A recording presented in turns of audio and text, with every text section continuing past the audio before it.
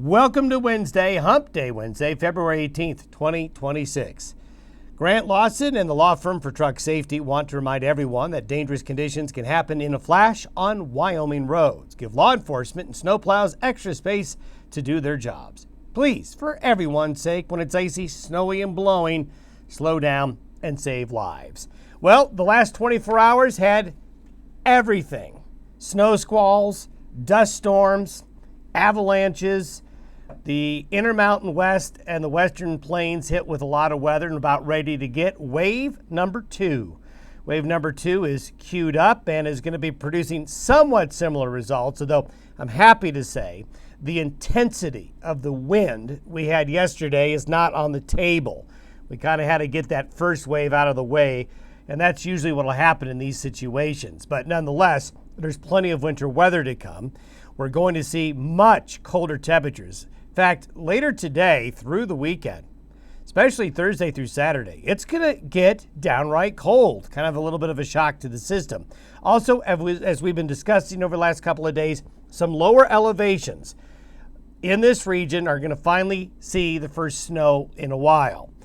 Wave 3 arrives as we get into Friday, into early Saturday. Now, it's not going to be nearly as moist.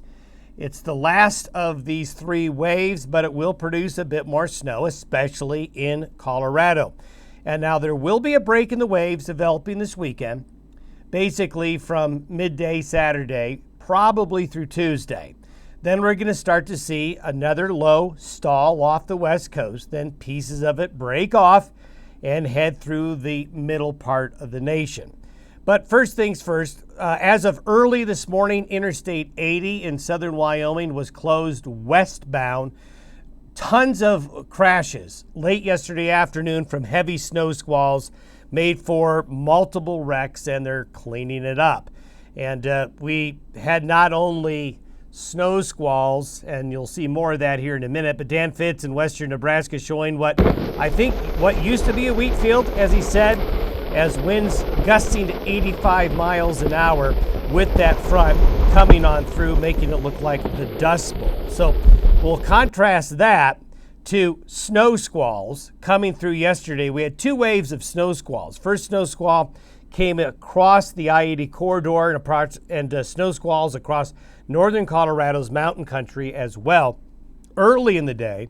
Then we had another snow squall arrive late afternoon and evening. And boy, look at that shot there, and even a better shot in terms of a bit of a wider perspective. It looked like the end of the world coming. It went from that to, well, here's another time lapse, this time not of a dust storm, but of a snow squall. So talk about contrast, and that's one thing you get in the Intermountain West and the Western High Plains with the weather, a lot of contrast. And when we take a look at what's going to be coming today, we could, again today, have some of these snow squalls with wave number 2. And travelers, you're going to just need to be prepared for just about everything. And winter driving skills are going to have to come back again in some areas. Beautiful shot there in between the waves in California, Sierra country. And unfortunately, this is a situation where we had that huge snow and more huge snows coming to the Sierras, avalanche conditions. And I want to harp on this a bit. Since we are seeing big accumulations of snow returning to the high country, the new snow is falling on a very hard crust. Avalanche dangers in Colorado and Wyoming are going to be very high, Utah as well. Be prepared. If you're going to be backcountry this weekend, snowmobiling or cross-country skiing or out, want to really say that avalanches are going to be a thing, and be prepared and be careful out there in the backcountry. Beautiful shot there, farther out of the waves there in Blue Mound, Kansas. Some rays coming in from the clouds there. And boy, yesterday morning, ahead of the snow squalls, made for wonderful photo opportunities along some front range areas as the snow squalls and the front approached, calm before the storm, so to speak. But you can just look at those clouds and say, well, here it comes. Yes, a rainbow in February in Platte County. And those horses wondering, what's going on? Yeah, that's snow horses as the front hit the Lander Valley yesterday. Another shot of that approaching snow squall from Jan Curtis bringing a lot of color and a lot of just really interesting clouds. Well, here's wave number 2. These are not recycled from yesterday. This looks exactly the same. There's wave number 2. Wave number 3 is back here queued up to come on in. But you can see the extensive and deep cloudiness, the cold cloud tops as evidenced by the blue here. So there's a massive instability and moisture headed eastward rather quickly. Here's wave number 1 all the way up there into Minnesota, eastern areas of North Dakota where it's causing a lot of winter weather. Look at this map, very busy. We have winter weather conditions all across the northern tier. The red are blizzard warnings.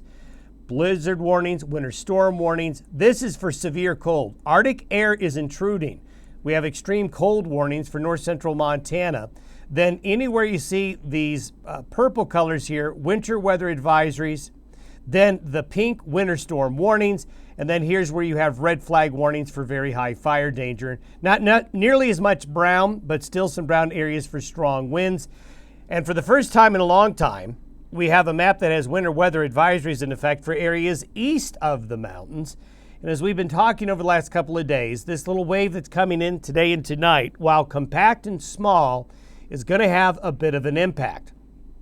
As it comes through, here it is right here, just west of Salt Lake City this morning, and then the first wave right here coming on in. Radar this morning, again, this is not recycled from yesterday, but you can see the precipitation is in about the same area at about the same time.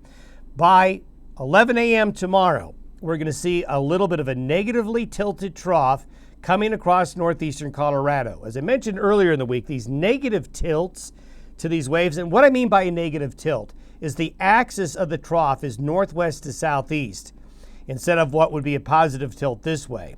Negative tilted troughs tend to cause very rapid intensification of low pressure east of the Rockies and tends to pull the lows just a little bit more south, and it causes a rapid intensification where you can have a small area of an increase in intensity of precipitation, and this is reflected right here on the precipitation charts. This is wave number 2's precipitation.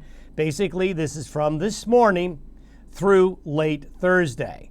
This is an area where it could get a little raucous across Nebraska and northwest Iowa with a very narrow band of heavy snow. It's narrow, but nonetheless, for folks in the Sandhills, the northern panhandle, be ready for that. Also notice back into central Wyoming, we've got some darker green and blue patches. This is not the storm of the century, but this is the biggest storm since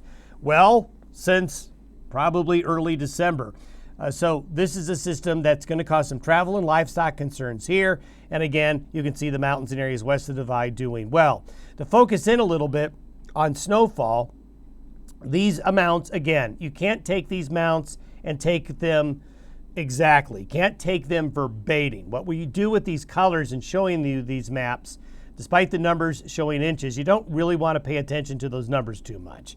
But the pinks, the darker colors is where you're going to get the heavier snow. And to focus in a little bit, there's that axis of heavier snow right here. And we could probably take that across the Pine Ridge into southern Niobrara County around Lusk, to Casper, to Douglas, and then look at the Laramie Range that really needs some snow in that Laramie Peak area. Going to get it, and we may have a tongue of wraparound heavier, light to moderate snows, heavier snow briefly across portions of Goshen County into parts of the Panhandle. Then you can see across the rest of Wyoming into northern Colorado doing well.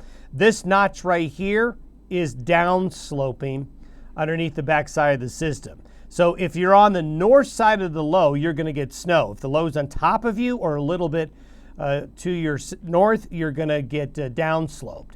This is going to be a small, compact little storm, but it's going to pack a punch, and look at the cold coming in with it. This is why we mentioned the livestock interest. Don't take this one lightly, even though it's not a big storm. It's a shock to the system compared to where we've been. And the cold really comes in. These are overnight low temperatures by Friday morning. Yes, those are sub-zero temperatures in the gray. And we're going to be single digits to lower teens elsewhere. So there's cold air getting pulled in this time. So it is going to feel like winter. Wave number 3, here it comes by 11 a.m. Mountain Time Friday. Wave number 2 is into the upper Great Lakes. Wave number 3 is coming in behind it. Now, it's not going to come in with the gusto as waves 1 and 2, but nonetheless, it is going to produce another swath of snow along Interstate 70 across Utah, Colorado. The northern tip of the low will dust southern Wyoming's I-80 corridor with a little bit of snow, and a little bit of snow even out into the plains of Colorado, western Kansas, and southwest Nebraska. Then we can put a pause in the action. There's your snowfall with wave number 3. Temperatures behind the waves, very cold. This is for Saturday morning. So still very cold temperatures to start the weekend. Then by Sunday, we see a separation. The next low comes in and travels westward. Believe it or not, it comes out here and parks itself off the water, allowing high pressure to build into the Intermountain West for a few days, bringing moderating temperatures and a break in the storminess. But it's just a break, because with this high pressure ridge still here in the western areas of the Gulf of Alaska, and it not really going away, systems coming across Canada are either going to come back this way or they're going to start cutting back this way by the middle of next week. So by late Tuesday into Wednesday and Thursday of next week, some type of system, whether it's a front or a trough, is going to get pushed through the western U.S. again. But mid-weekend through Tuesday, there's a pause in the action. Don't forget the regional travel forecast. As evidenced yesterday, a lot going on with dust storms and snow squalls and 85-mile-per-hour winds. Tune into our regional travel forecast updated each day, Monday through Friday. Have yourself a good Wednesday. We'll see what tomorrow brings.